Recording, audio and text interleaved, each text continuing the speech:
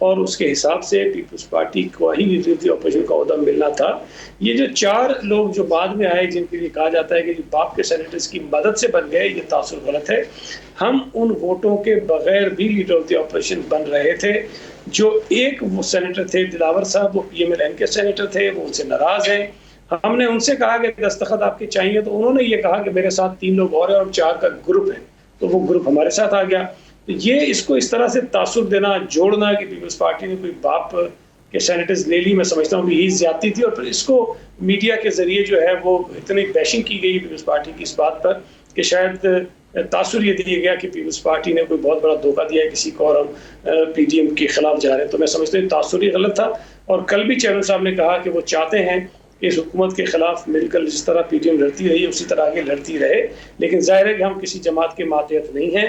ہم P D M کا ایک بڑا حصہ ہمارے پاس ہے, پارٹنر, بڑے میجر پارٹنر ہیں, اور ان کے خلاف اس قسم کی چیزیں ہوتی ہیں تو ظاہر دکھ ہمیں بھی ہوتا ہے. تو سعید صاحب, یہ تاثر غلط تو نہیں ہوگا کہ اب پی پی پی اور پی ایم ایل این کے رستے جدا ہیں, and there is no meeting ground, اور فیوچر کے اندر بھی کوئی تال میل سے معاملات آگے نہیں چلیں گے؟ دیکھیں عارف نظامی صاحب, ماضی میں بھی جتنی جماعتیں پی ڈی ایم میں ہیں ان کے درمیان بہت سارے اختلافات رہے ہیں, لیکن پھر ایک کسی کامن ایجنڈے پر جماعتیں اکٹھے ہو جاتی ہیں. اس وقت پی ڈی ایم کے سامنے ایک بہت بڑا چیلنج ہے, اور وہ اس نالائق اور نائل حکومت کو ہٹانے کا ہے. اس پر اگر کچھ اختلاف رائے ہے, کچھ چیزوں پر ڈفرینس آف اوپینین ہے, تو میں یہ سمجھتا ہوں کہ جو لارجر انٹرسٹ ہے ہمیں وہ سامنے رکھنا چاہیے اور اس پر آگے بڑھنا چاہیے. پیپلز پارٹی کی قیادت کی جانب سے ہمیں بہت تاکید کی گئی ہے کہ ہم ذمہ داری کا مظاہرہ کریں اور ہم کوئی ایسے بیانات نہ دیں جس سے کسی اور کو یہ موقع ملے کہ وہ یہ چیزیں کر سکیں. تو جو صورتحال پیدا ہوئی, ہماری تو اپنی کوشش ہے کہ چیزیں سارٹ آؤٹ ہو جائیں. لیکن اگر دوسری طرف آپ دیکھیں تو ہم بھی اعتراض اٹھا سکتے تھے. نون لیگ نے جو سیٹلمنٹ کیا پنجاب اسمبلی کے اندر سینٹ کے الیکشنز میں, آج ہی مجھے پتہ چلا کہ جے you I G D A کے ساتھ اور پی ٹی آئی کے ساتھ مل کر پیپلز پارٹی کے خلاف کوئی ایک محاذ بنا رہے ہیں لاڑکانہ میں. تو یہ چیزیں اگر ہو رہی ہیں تو یہ پر جواب طلبی تو ہم بھی کر سکتے ہیں نا بہت ساری چیزوں کی.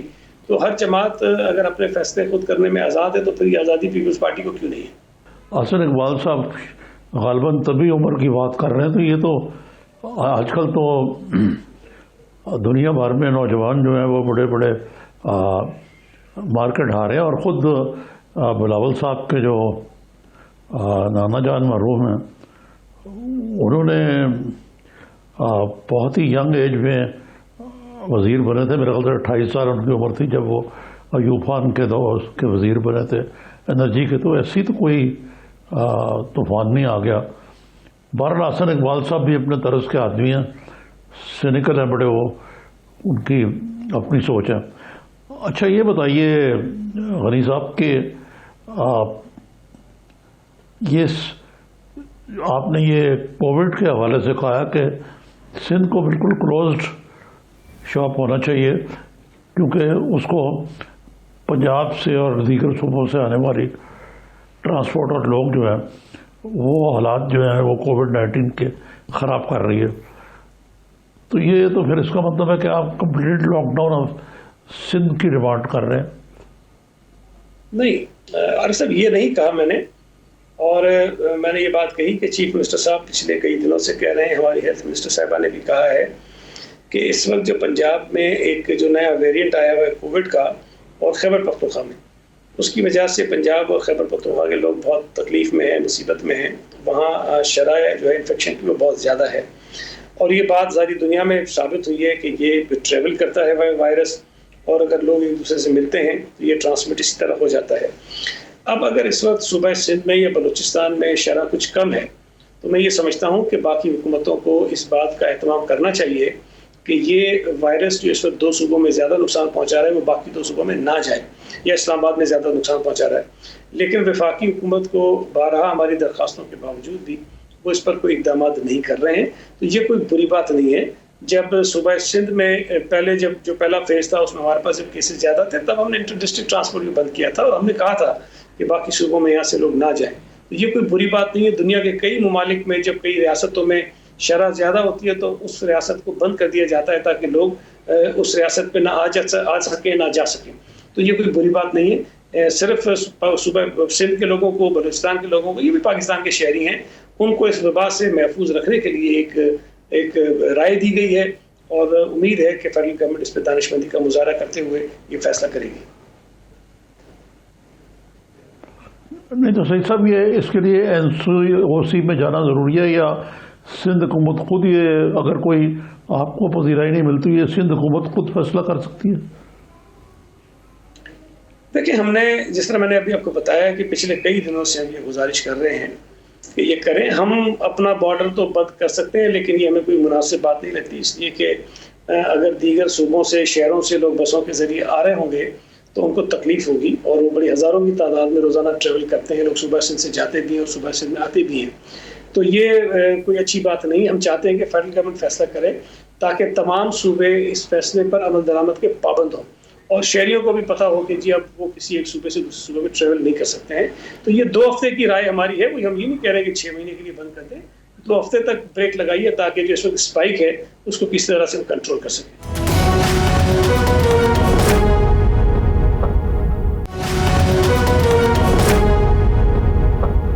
سعید صاحب، آج یوسف رضا گیلانی صاحب نے پہلا خطاب کیا بطور قائد حزب اختلاف، اور سنجرانی صاحب چیئر کر رہے تھے.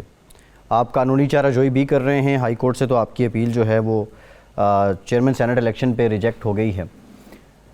کیا یہ تضاد نہیں ہے؟ ایک جانب آپ چیئرمین ان کو مان بھی نہیں رہے اور پھر جناب چیئرمین بھی کہہ رہے ہیں. دیکھیں، یہ تو پھر اب وزیر اعظم کے کیس پہ بھی آپ اپلائی کر سکتے ہیں نا چیزیں. 2018 میں سب کو پتا تھا دھاندلی ہوئی، سب کہتے تھے کہ دھاندلی ہوئی، لیکن ہم اسمبلیوں میں گئے. ایک پارلیمانی طرز سیاست ہمارے چلتا ہے، نظام ہمارے چلتا ہے، تو اس پہ آپ کو چیزیں چلانی ہوتی ہیں. اگر آپ نے تہس نہس کرنی ہو چیزیں پھر تو بڑا آسان ہے. ہم کہتے ہیں کہ ہم نہیں کھیلتے ہیں اور ہم نہیں جائیں گے، لیکن ہمارا جو ایک رائٹ ہے کہ ہم عدالت میں جائیں، وہ ہم جا رہے ہیں. ایک ہمارے جو کیس تھا اسلام آباد ہائی کورٹ میں، وہ ٹیکنیکل بنیادوں پر انہوں نے چیف جسٹس صاحب نے ضرور ریجیکٹ کیا، لیکن میں سمجھتا ہوں کہ میرٹس پر انہوں نے بات نہیں کی. اس بات کا جواب ہمیں نہیں ملا کہ ہمارے ووٹ درست تھے یا نہیں تھے. تو اس پر ہم مزید جائیں گے، عدالت پر فیصلہ کرائیں گے، اور یہ ہمارا حق ہے کہ ہم اس پہ کنٹیسٹ کرتے ہیں عدالت میں. لیکن اگر اس وقت ہم سینٹ میں بیٹھے ہیں اور کوئی اور شخص وہاں بیٹھا ہے جو اس وقت سینٹ کا چیئرمین ہے کاغذوں میں، تو ظاہر ہم کیا کر سکتے ہیں؟ اس کو ہم اٹھا کے پھینک تو نہیں سکتے باہر. نظامی صاحب. اچھا سعید صاحب، یہ خان صاحب نے ایک نئی جہد شروع کی ہے کہ ڈائریکٹلی وہ عوام کے فون لیتے ہیں اور ان کے سوالات کا جواب دیتے ہیں. اور کل انہوں نے ایک ٹیلی فون میں یہ بتایا کہ جو کرپشن ہے وہ اکیلے نہیں لڑ سکتے. انہوں نے کچھ مایوسی کا اظہار کیا. ان کو یہ بھی پتہ لگا کہ یہاں پہ جمہوری حکومت ہے اور انقلاب نہیں ہے جس کے ذریعے فوراً معاملات حل ہو جائیں، مہنگائی دور ہو جائے، باقی صورتحال درست ہو جائے. یہ کیسے دیکھتے ہیں آپ اس اپروچ کو؟ دیکھیں، مجھے تو سچی بات ہے بڑی افسوس کے ساتھ کہنا پڑتا ہے کہ یہ بات شاید وزیر اعظم نے پہلی مرتبہ نہیں کہی. پہلے بھی اس بات کا تذکرہ کرتے ہیں کہ جی چین میں اس طرح پھانسی لگا دیا جاتا ہے تو پتہ نہیں ایران میں اس طرح کر دیا جاتا ہے، اور فرانس کے انقلاب میں اس طرح ہو گیا تھا.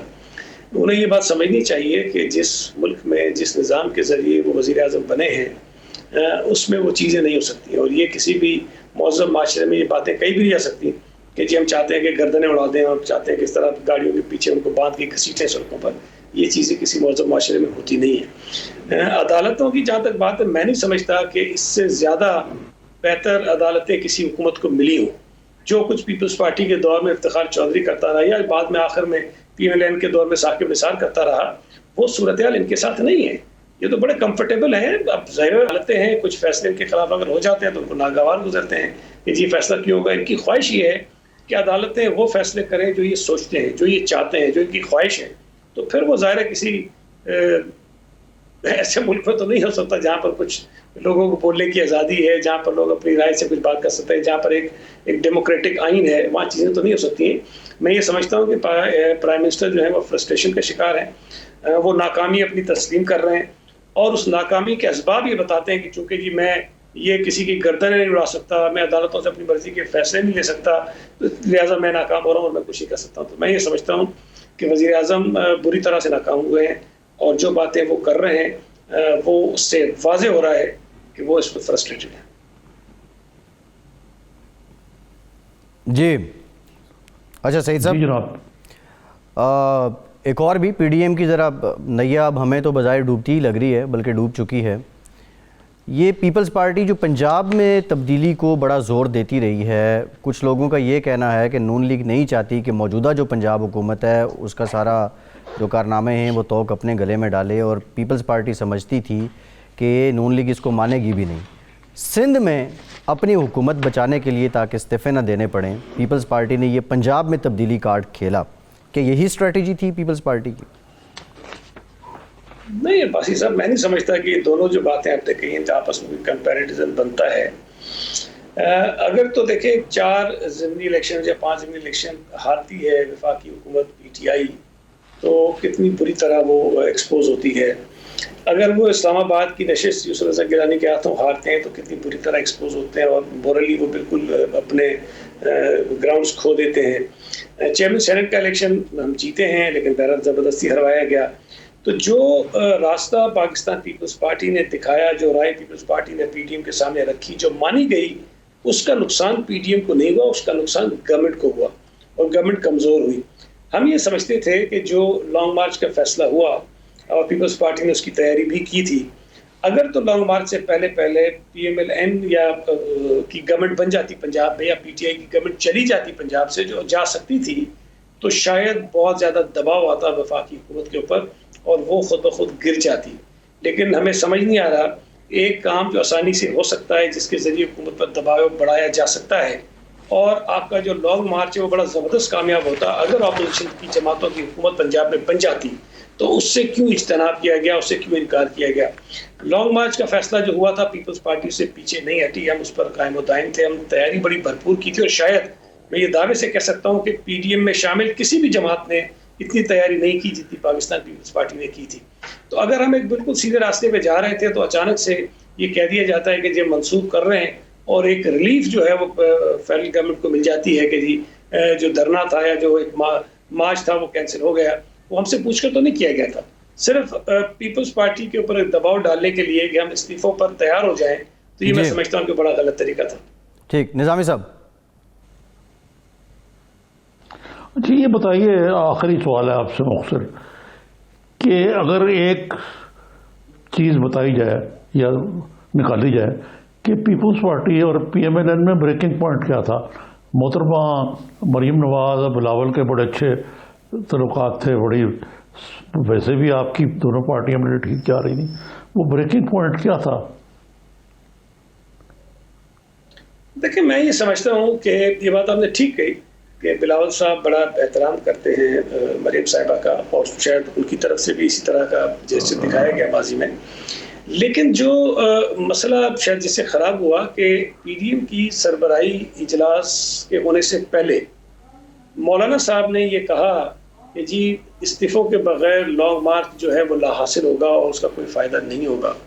اور اس کے بعد اگر آپ نے غور کیا تو کچھ میٹنگز ہوئیں جس میں جو پی ڈی ایم کی میٹنگز تو نہیں تھیں، لیکن کچھ جماعتوں نے، خاص طور پہ جے یو آئی اور پی ایل این کی میٹنگز ہوئی، اور اس کے اندر ایک لائے عمل طے کیا گیا اور اس کو پیپلز پارٹی کے اوپر مسلط کرنے کی کوشش کی گئی.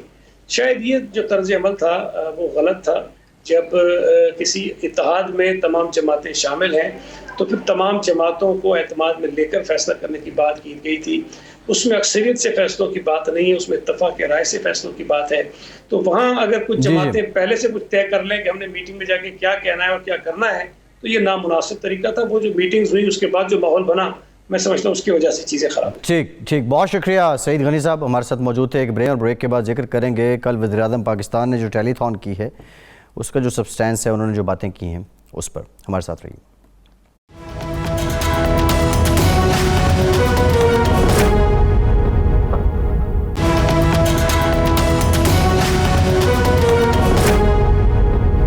بریک کے بعد ایک بار پھر سے پروگرام میں آپ کا خیر مقدم کرتے ہیں. ہمیں جوائن کیا ہے پاکستان تحریک انصاف کے رہنما، فیصل آباد سے ایم این اے ہیں، پارلیمانی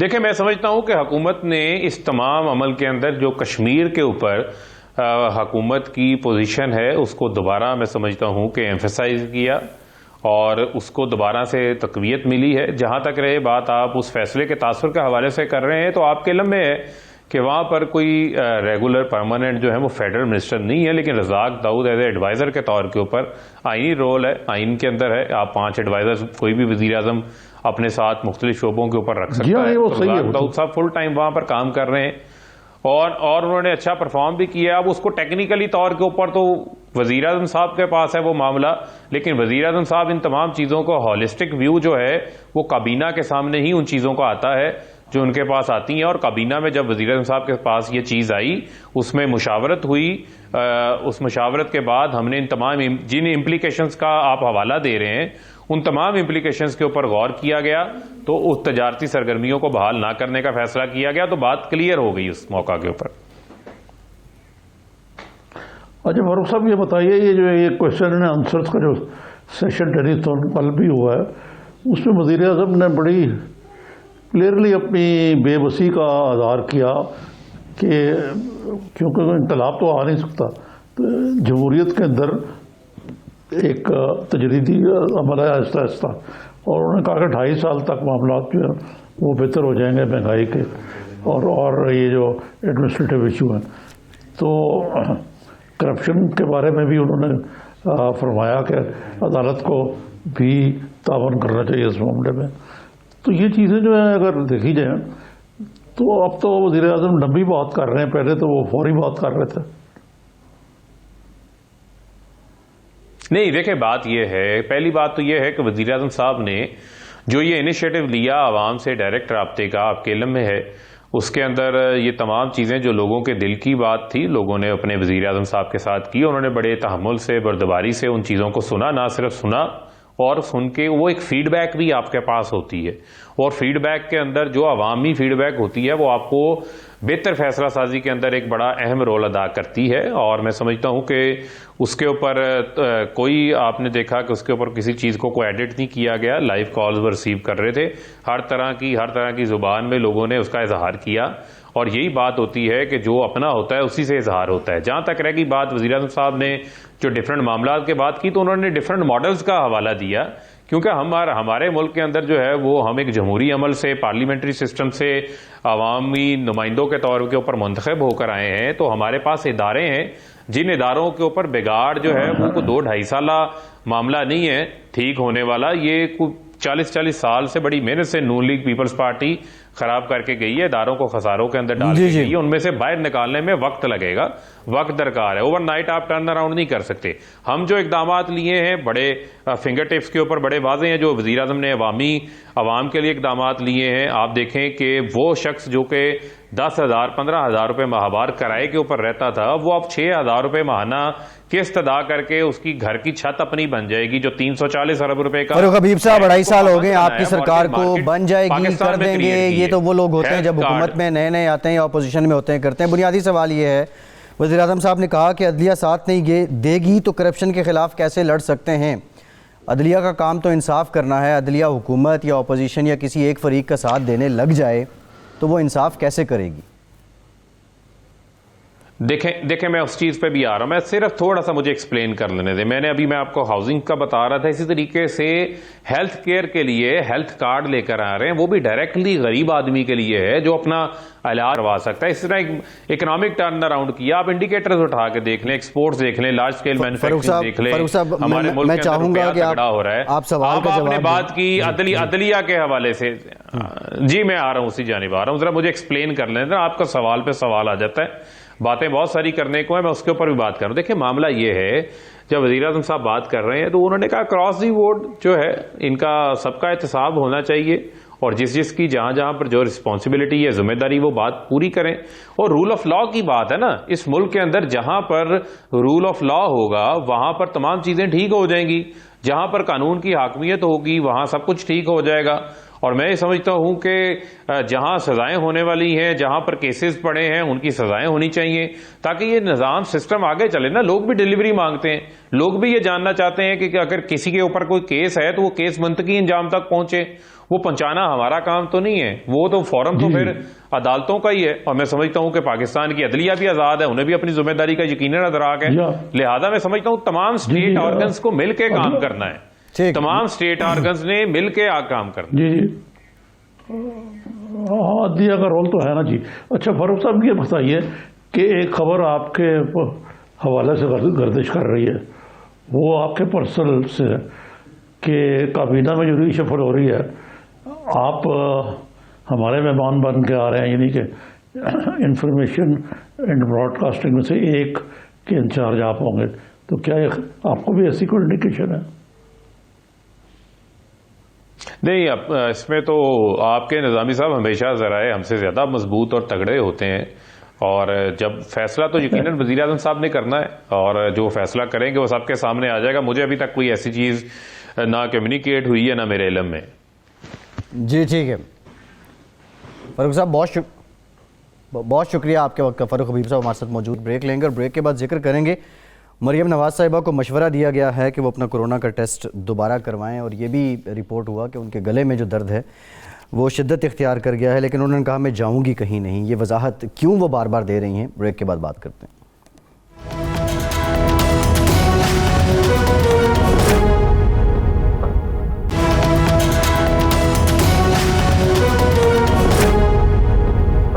بریک کے بعد ایک بار پھر سے آپ کو خوش آمدید کہیں گے. نظامی صاحب، مریم نواز صاحبہ کا جو گلے کا درد ہے وہ شدت اختیار کر گیا. ڈاکٹر نے آج مشورہ دیا کہ آپ پھر سے کورونا کا ٹیسٹ کروائیں.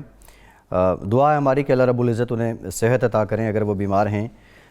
لیکن کل جو وضاحت دی مریم صاحبہ نے، اور اس میں جس بات پہ زور دیا کہ اس حکومت سے تو درخواست کرنے کا سوچنا بھی گناہ ہے اور میں کسی صورت باہر نہیں جاؤں گی. اب ایک ریکیپ آتا ہے ذہن میں. نواز شریف صاحب جب علیل تھے، ان کے پلیٹلیٹس گر رہے تھے، اور اس وقت بھی یہ کہا جا رہا تھا کہ وہ کسی صورت باہر نہیں جائیں گے، لیکن بالآخر وہ چلے گئے. یہ باہر نہ جانے کی وضاحت کیوں دینی پڑ رہی ہے مریم نواز صاحبہ کو؟ نہیں، وہ میاں صاحب کے تو ڈاکٹرز نے ان کے میاب پہ دی تھی، ان کی حالت غیر تھی بقول ڈاکٹرز کے، اور ان کی ٹچ اینڈ گو والا معاملہ تھا. مریم کی کوئی ایسی صورت حال نہیں ہے تاحال. وہ زیادہ سے زیادہ وہ کووڈ کا ٹیسٹ کرا رہی ہیں، اور ان کی کوئی جواز بھی نہیں بنتا. یہ تو شیخ رشید صاحب نے ایک چیڑے خوبہ لگائی ہوئی ہے، جس کا زیادہ فکر ہے کہ وہ جا رہی ہیں یا نہیں جا رہی. سیدھی بات ہے کہ جب انہوں نے اپلائی نہیں کیا جانے کے لیے، تو اس معاملے کو طول دینے کی کوئی مجھے تک سمجھ میں نہیں آتی. جی ٹھیک ہے نظامی صاحب، یہ ابھی تک تو انہوں نے باہر جانے کے لیے اپلائی نہیں کیا، لیکن بہت سے سوال ہیں. نواز شریف صاحب کے باہر جانے کے بعد سیاست پہ جو فرق پڑا وہ آپ کو پتہ، اور سب سے بڑی بات ان کی صحت پہ. اب تو خیر بظاہر لگتا ہی نہیں کہ وہ اس نوعیت تک بیمار بھی تھے. لیکن مریم صاحبہ اگر باہر چلی جاتی ہیں، اگر مگر کی بات ہے، تو مسلم لیگ نون کو آپ سمجھتے ہیں کہ بہت بڑا دھچکا ہوگا؟ نہیں، یہ جھٹکا مٹکا کوئی نہیں ہوگا. یہ ایک اگر ایسا ہوا تو یہ ایک باقاعدہ ڈیل کے تحت ہوگا کہ محترمہ چلی جائیں، شہباز اور حمزہ آ جائیں. گویا کہ یہ میاں نواز شریف کی اور مریم کی پالیسی کی نفی ہوگی اس صورت میں. تو یہ ڈیل جو ہے ابھی تک تو مجھے دی آفٹ نظر نہیں آتی جی، لیکن ہو سکتا ہے یہ جو بیماری ہے یہ اس کا پہلا مرحلہ ہو. اچھا نظامی صاحب، یہ آپ خبر بھی دے رہے ہیں، مولانا بیچ منجدار ہیں. ایک کنارے پہ نون لیگ آ گئی، ایک کنارے پہ پیپلز پارٹی چلی گئی. سربراہ پی ڈی ایم کے مولانا، اور کوئی باضابطہ ابھی تک پیپلز پارٹی کی پالیسی کو لے کے مولانا کا بیان بھی نہیں آیا ہے. اب کیا ہوگا؟ اب اپنی اپنی سیاست ہی ہوگی، جس طرح پیپلز پارٹی کر رہی ہے، نون لیگ کر رہی ہے، اور مولانا بھی ایٹ دا اینڈ اپنی اپنی سیاست کریں گے. لیکن مولانا جو ہے وہ انکریزنگلی irrelevant ہوتے جا رہے ہیں. وہ ایک قسم کے اللہ جنت نصیب کرے چودھری فضل اللہ مرحوم کی طرح کے، جس طرح وہ پاکستان کے صدر تھے بے اختیار پارلیمنٹری نظام میں بھٹو صاحب کے. یہ بھی اسی قسم کے پی ڈی ایم کے سربراہ بنتے جا رہے ہیں جن کا کوئی اختیار نہیں ہے، کوئی بات نہیں سن رہے ان کی. پیپلز پارٹی اور پی ایم ایل این ایک دوسرے سے لو لعان ہو رہے ہیں، اور سارا جو پی ڈی ایم کا ایجنڈا ہے وہ ادھر ادھر ہو گیا. مثلاً مولانا نے یہ جو شوشہ چھوڑا تھا، اور جس میں مسلم لیگ نون بھی ان سے متفق تھی کہ پہلے استعفے پھر لانگ مارچ، یہ ایک بڑا مہنگا پڑا ہے پی ڈی ایم کی یونٹی کے بارے میں. اصل بنیادی مسئلہ یہی ہے. اچھا نظامی صاحب، بلاول بھٹو زرداری نے کہا کہ اپوزیشن کرنے کے 2 ہی طریقے ہیں، ایک ہم کر رہے ہیں اور ایک وہ طریقہ ہے جو 9 ستاروں والا تھا. اب یہ 9 ستاروں والا طنز اور اس طرح کی باتیں جب اس نہج پہ پہنچ گئی ہیں، از دیر اینی وے بیک؟ 9 ستارہ تو ان سے ان کی مراد تو P M L N sorry P N A ہے نا. جی پی این اے پی این اے کے 9 ستارے تھے. جی بالکل. ہاں تو اس میں وہ تو پھر ضیاء الحق سے میری بھگت والی بات ہوئی نا، اور اس قسم کی چیز ہوئی. تو بلاول صاحب تو یقین دلا رہے ہیں نا کہ وہ سلیکٹڈ کبھی نہیں ہوں گے. تو ظاہر ہے ان کی مراد جو ہے یہ ہے کہ جو لوگ سلیکٹڈ ہیں ان کی بننا چاہتے ہیں، ان کی طرز سے عادت اس قسم کی ہوگی. نظامی صاحب، ایک فاضل وزیر ہیں، وفاقی وزیر برائے ہوا بازی سرور خان صاحب، انہوں نے بڑی تنقید کی ہے، اور بالخصوص جو موجودہ حکومت کی زرعی پالیسی ہے اس کو لے کے، اور کہا کہ ہم نے ایک پیکیج اناؤنس کیا تھا وہ بھی یقینی نہیں بنا سکے. گندم کی قیمت اس وقت جو کاشتکار ہے اس کو 2400 روپے فی من خود پڑ رہی ہے، حکومت 1800 دے رہی ہے. سندھ حکومت نے جو 2000 روپے دی ہے وہ حقیقت کے قریب ہے، گراؤنڈ ریئلٹیز کے قریب ہے. اب اس طرح کا کرٹیسزم اگر آنا شروع ہو گیا ہے اور وہ باتیں پبلک بھی ہونا شروع ہو گئی ہیں، تو کیسے حکومت اس سارے پریشر کو، ظاہر ہے اس کا ایک سیاسی پریشر بھی تو آنا ہے، عمران خان صاحب کیسے اس کو برداشت کر پائیں گے؟